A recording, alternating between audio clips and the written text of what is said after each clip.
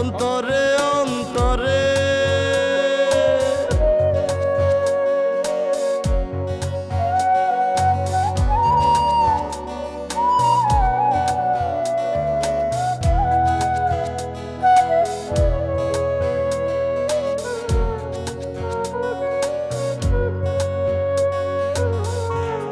তুমি আশা ভালোবাসা, তুমি যে অনেক কাঠি, তুমি চন্দ্র তুমি সূর্য, অন্ধার ঘরের বাতি। এর থেকে বেশি রেডি হওয়ার সময় তুমি পাবে না। তুমি কোথাও ভুল করছো। আমি এমন কিছুই করিনি। আমি তোমাকে প্রমিস করেছিলাম আমি তোমার বাড়িতে আসবো না। প্রমিস রক্ষা করার জন্য তুমি কোনো প্রমিস করোনি। যারা যারা শোন, একটু সাদিক বড় বোনকে একটা ফোন কর। মা, তোমার কি মাথা খারাপ হয়ে গেছে? দেখ জাভেদ, এখন ও রেগে আছে, তুই ওকে বুঝিয়ে সুঝিয়ে ওদের বাড়িতে পাঠিয়ে দে। 1 সপ্তাহের মধ্যে আমি ওদের বাড়িতে যাব, ধুমধাম করে বিয়ে দিয়ে ওকে বউ করে ঘরে তুলে আনবো। তুমি যেমন আমার আম্মা, জেদে 2 ডিগ্রি ওপরে, আমিও তোমারই ছেলে, জেদ ধরে বসে থাকি। সেরকম সেও আমার পছন্দের, জেদেও আমরা দুজনই সমান। ও ঠিকই চলে যাবে, কখনো আর ফিরে আসবে না আমার জীবনে।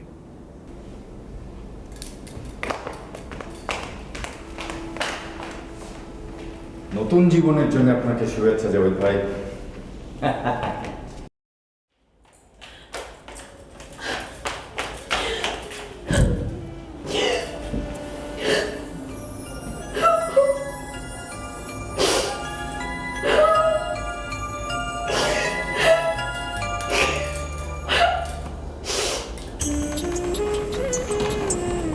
নাজমা কি করছে দেখতো? আপনাকে অনেক ধন্যবাদ জাভেদ ভাই।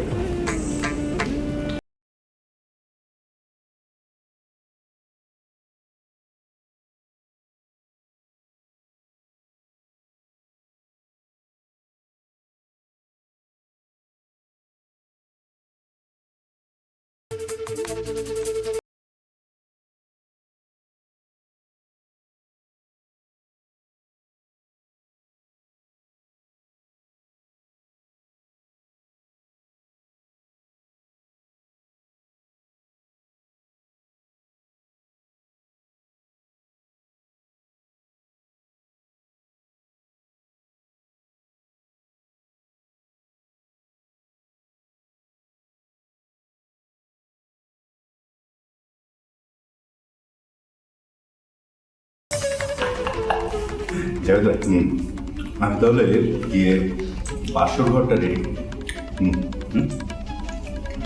ভাবির পছন্দের কোনো ফুল যা দিয়ে আমি বাসর ঘর সাজাবো, মানে ও সব ফুলই পছন্দ।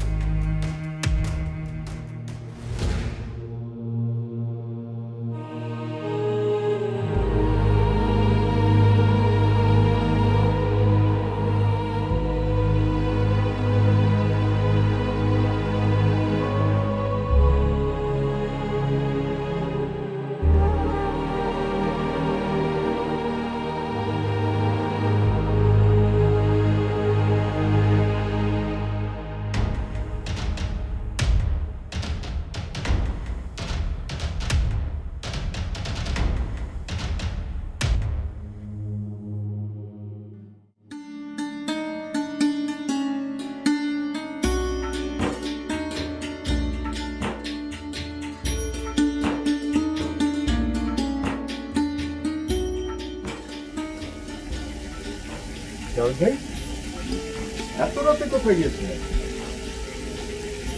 মসজিদ এই সময় ভাবনা করছে নামাজ নামাজ সাহায্য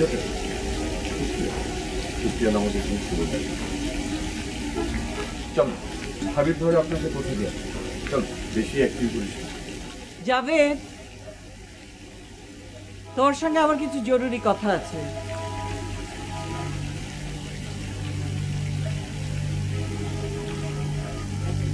সুরজ, আম্মা আমি বললাম না জাভেদের সঙ্গে আমার কিছু দরকারি কথা আছে।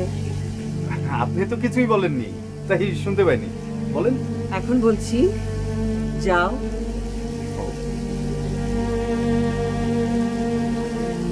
আমাকে বকা দাও। এখন বকা দিয়ে কি হবে? যা হবার ছিল তা তো হয়েই গেছে।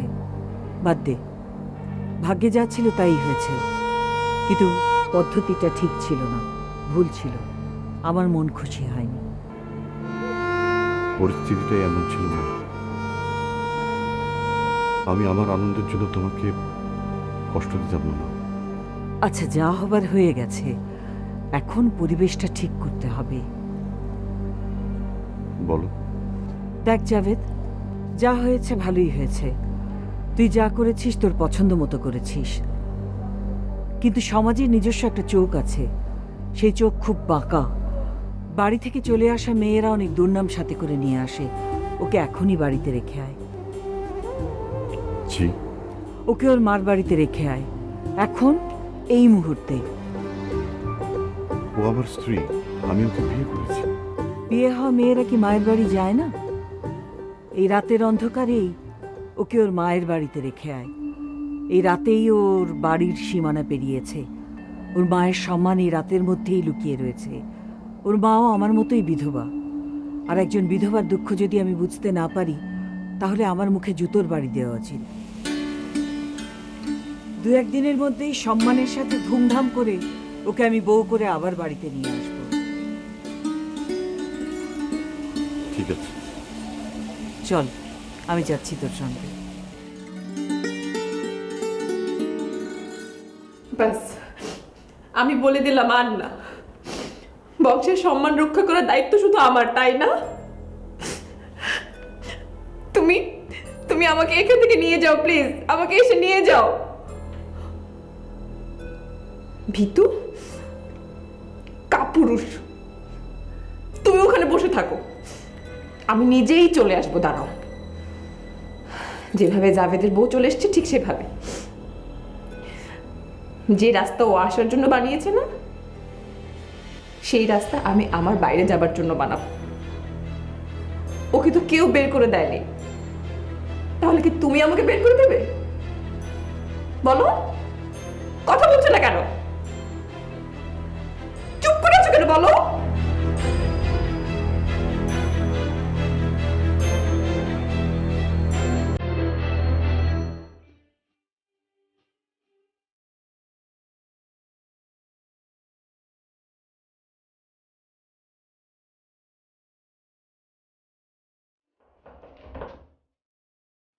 এই যে, এই মেয়ে, বেরিয়ে এসো, তোমার সাথে জরুরি কথা আছে। আসবে না, ও চলে গেছে। মানে কোথায় গেল? যেখান থেকে এসেছিল।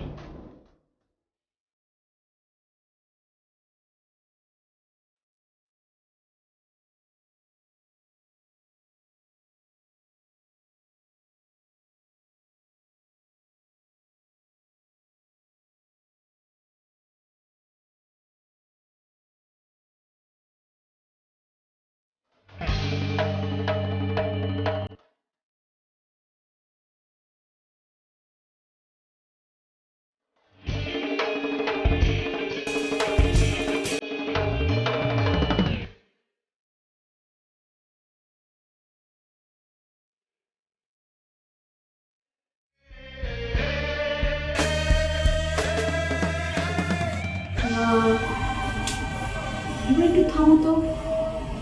আমাকে তুমি চিনো না, কিচ্ছু হবে না।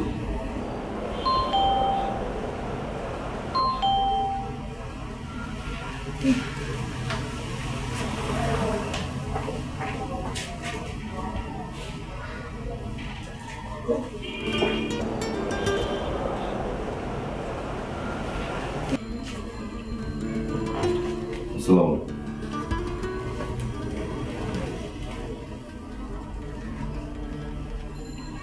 তুমি যা চেয়েছিলে সেটাই তো করেছো। আবার কেন এসেছো এখানে? কি চাও? আমি চেয়েছিলাম এটাই, কিন্তু এইভাবে হয়তো ভাগ্যে ছিল এটাই। তুমি আমার সম্মান নষ্ট করে আমার মুখে চুল কালি লেপে দিয়ে কি সহজে নিজের দোষ স্বীকার করছো। তোমার একটু লজ্জা করছে না? করছে না লজ্জা? জাভেদ কি করেছে? আপনার মেয়ের যা মুখ,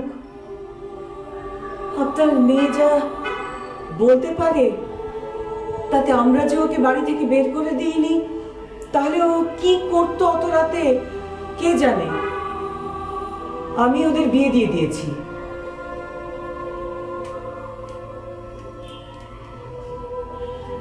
আমার ছেলে ওকে নিজের নাম দিয়ে ওর সম্মান রক্ষা করেছে।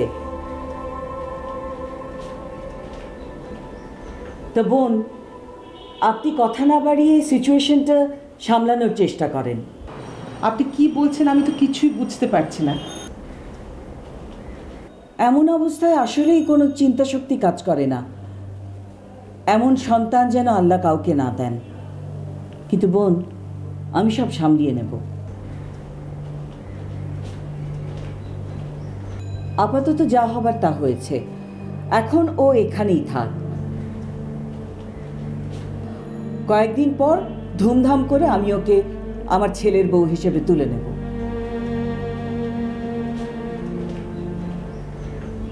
এই মেয়ে, তুমি আমার জন্য 1 কাপ কড়া লিকারের চা নিয়ে এসো। চা না খেলে তো আমার সকালে ঘুমই ভাঙে না। আর কাল সারা রাত তো তোমার বোনের কারণে 2 চোখের পাতা একই করতে পারিনি। যাও, তুমি চা নিয়ে এসো। আপনি সবকিছু খুলে বলছেন না কেন? এখন পর্যন্ত মেয়েকে কিচ্ছু জিজ্ঞাসা করেননি? আশ্চর্য। জয়িতা কোথায়? তোকে ডাকেন, আম্মা ওর সঙ্গে একটু কথা বলতে চাই। জয়িতা, আপনার কথা শুনে তো মনে হলো যে ও সারা রাত আপনার ওখানে ছিল।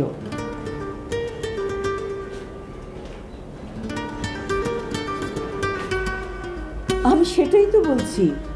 মেয়ে তো বিয়ের পোশাক পরে আমার ওখানে চলে গেল, তা আমি বিয়ে পরিয়ে দিয়েছি।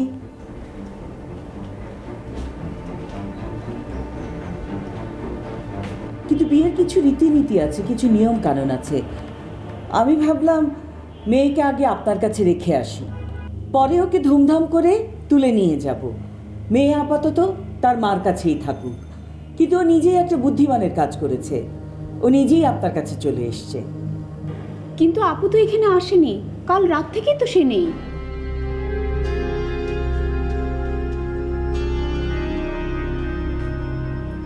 হায় হায়, কোথায় গেল মেয়েটা? বাহ, আপনি আমার মেয়েকে বিয়ে দিলেন, রাতারাতি গায়েবও করে দিলেন, আর এখন বলছেন আপনারা কিছুই জানেন না। না, আপনি গায়েব করার কথা বলছেন? পুরো 10 জন সাক্ষী আছে। ও লাফাতে লাফাতে বউ সেজে আমাদের বাড়ি গিয়েছিল এবং ও বিয়ের জন্য জোর করছিল। তো আমরা কি করব?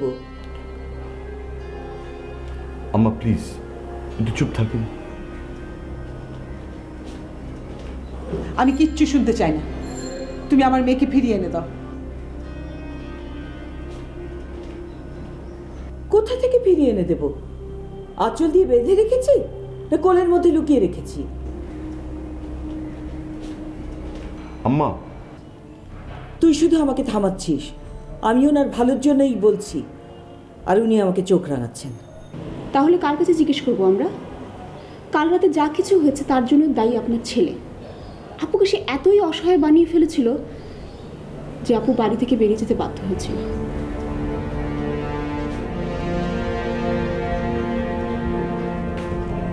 সারাটা রাত ওর চিন্তায় আমরা অস্থির, আর আপনারা বলছেন ও এখানে এসেছে, আমার মেয়ে আমার কাছে ফিরে এসেছে। আমাদের মনে কোনো খারাপ চিন্তা বা দোষ নেই, তাই আমরা মিলেমিশে ব্যাপারটাকে সলভ করতে এসেছি। আপনার মেয়ে এত জেদি আর এত একরোখা যে কি বলবো, ও তো অন্য একটা কিছু করে বসতো। আম্মা প্লিজ চুপ করো না। এখন শুধু একটাই কাজ, জয়িতা কোথায়? সেটা তুই চিন্তা কর।